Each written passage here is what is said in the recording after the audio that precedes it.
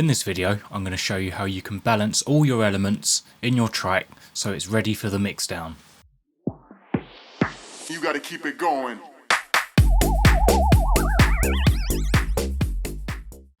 So a common problem I used to always get when it comes to mastering is the fact that my elements just wasn't balanced enough. My kick might be too loud, the bass line is too loud, the percussion is poking through too much.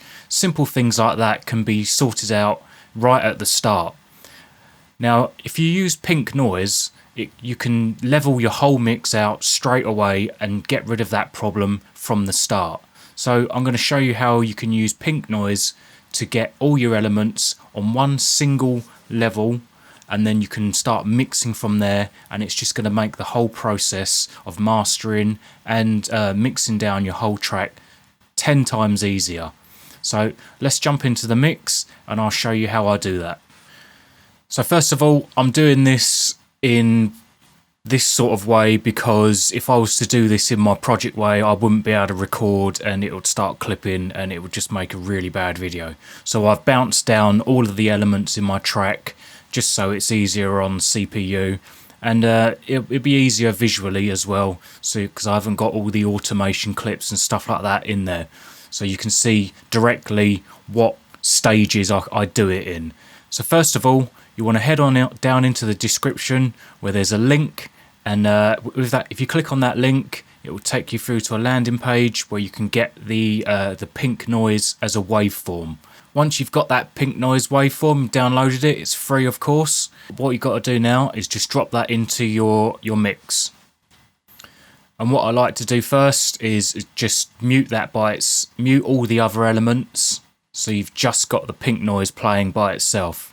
Now get the pink noise and assign it to a mixer slot, and I'll show you why I'm using pink noise. So if I bring up the parametric EQ2,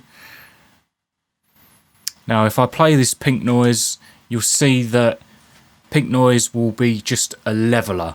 It covers the whole frequency range. So if I play that, you can see it on the EQ.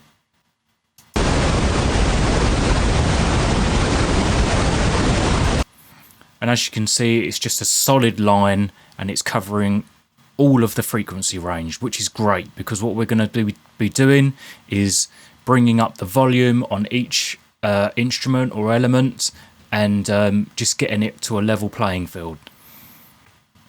So now that your pink noise is in the mixer slot, what I like to do is I'll just extend that right over the whole mix. So as you can see, it's right over the whole mix, so it's going to be playing continuously throughout the whole song. Now the next step is to assign, if you haven't already, if you're doing it this way like I'm doing it, assign everything to your mixer slot, and I like to just name everything, color code it, and get everything sort of really organized, so it just makes life easier and you'll be able to just tweak things straight away without searching for different file names or whatever. So first of all, throw everything into your mixer slot, and if you want to, I would highly recommend it, color code everything. Okay, now that it's all in the mixer, what I'm going to do now is just turn the volume down on everything apart from the pink noise. So now that you've done that, you should end up with this when you press play. Just a really loud pink noise. So what I like to do now is bring the volume down on the pink noise to however you like to do it before mastering. Personally, I like to go down to -9. That just seems to give me just all the headroom that I need when it comes to mastering. So I'm going to go for -9, but you can go for -6, 12, whatever you want to choose. And there you go. So the pink noise is at -9. Now, what you want to do now, because the frequency spectrum of the pink noise is level, you can now start bringing up your volume on each of your elements, like the kick and the bass line. And what you want to be doing now is just listening to it just poke through. So not too loud, but you're just setting the volume at a bass level for everything. So this is the busiest part of my track. I'm just going to highlight it.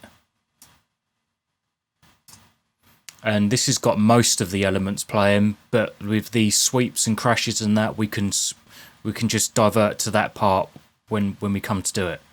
So let's start with the kick, and I'm going to do the drums first.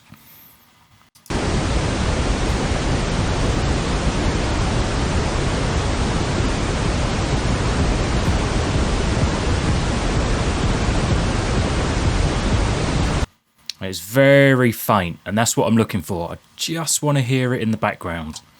So I'm going to go through now with all the drum elements and start bringing them up just so I can hear them.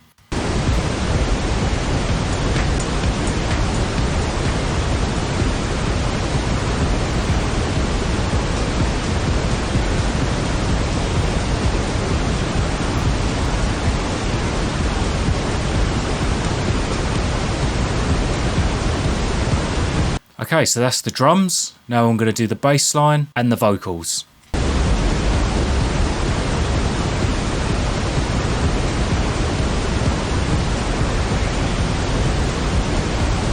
So now in this section of the track, not all the elements are playing, but I've done most of the work with all the drums, the bass line, and some other percussion in the background. So now I'm just going to go through the track and then find the elements that I haven't done, which are the snare roll build up, so that's going to be in the break, the sweeps and crashes, so that's also going to be in the break, and the vocal 2 and 3. So I'm just going to find them on the playlist and then just start bringing up the volume on them ones as well. So let's start with the snare roll build up.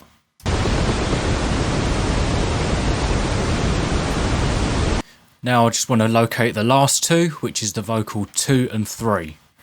And I know that the vocal 3 is going to be somewhere at the start, and the vocal 2 is going to be somewhere in the middle of the first drop and the second drop.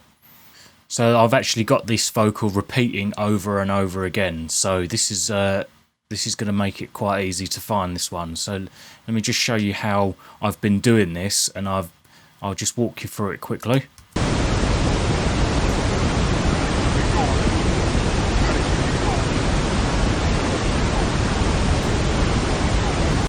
So I actually originally turned up the volume just so I can sort of pinpoint what I'm listening for.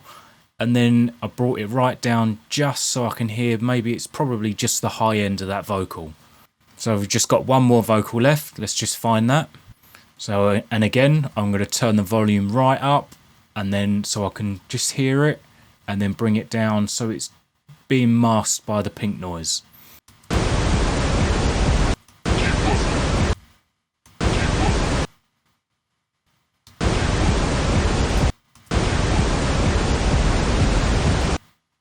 Now the final part, just the break synth. So I'm going to find its loudest point, as I can see with the waveform here, and I'm just going to do the same by bringing the volume up and then bringing it back down so you can barely hear it, but still hear it.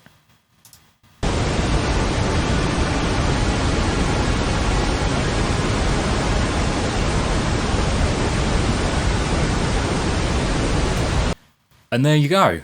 Now everything should be at a bass level. So if you're going to be starting your mix down, this is where you want to be starting. This is I've used this technique for a while now, and it has never failed me. So let's mute the pink noise on the mixer track and take a listen.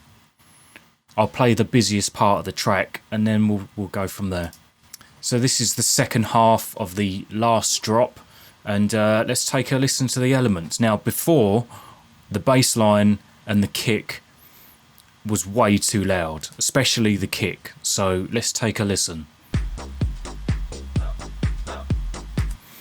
To me, that is perfect because the kick isn't overpowering. I can't hear that thudding of the sub of the kick, and it just works well with the bass line as well. It's funny how your ears will adjust to what you've got playing over and over again. And in my case, I do tend to boost the low end right up just so I can hear that drop heavy. But when it comes to mixing it down and mastering and you start squashing things, it's going to sound really bad. So try this technique. Remember, the waveform of the pink noise you can download in the description below. It's totally free. Just download it, and it's a great tool to balance out your mix and just get everything level, and then you can start mixing down and choosing which elements do you want to be standing up front and what elements you want to be in the background. And especially the volume of the kick is the one that always gets me, and this is a great way to just sort of level it out and just know where you want the kick to sound. I hope this has helped you, and if you want to get this track, which is featured in this video, it's going to be in the link in the description. Make sure you hit that like and subscribe button and hit that notification bell so you can see more of my videos. Thanks for watching, and I'll see you for the next one.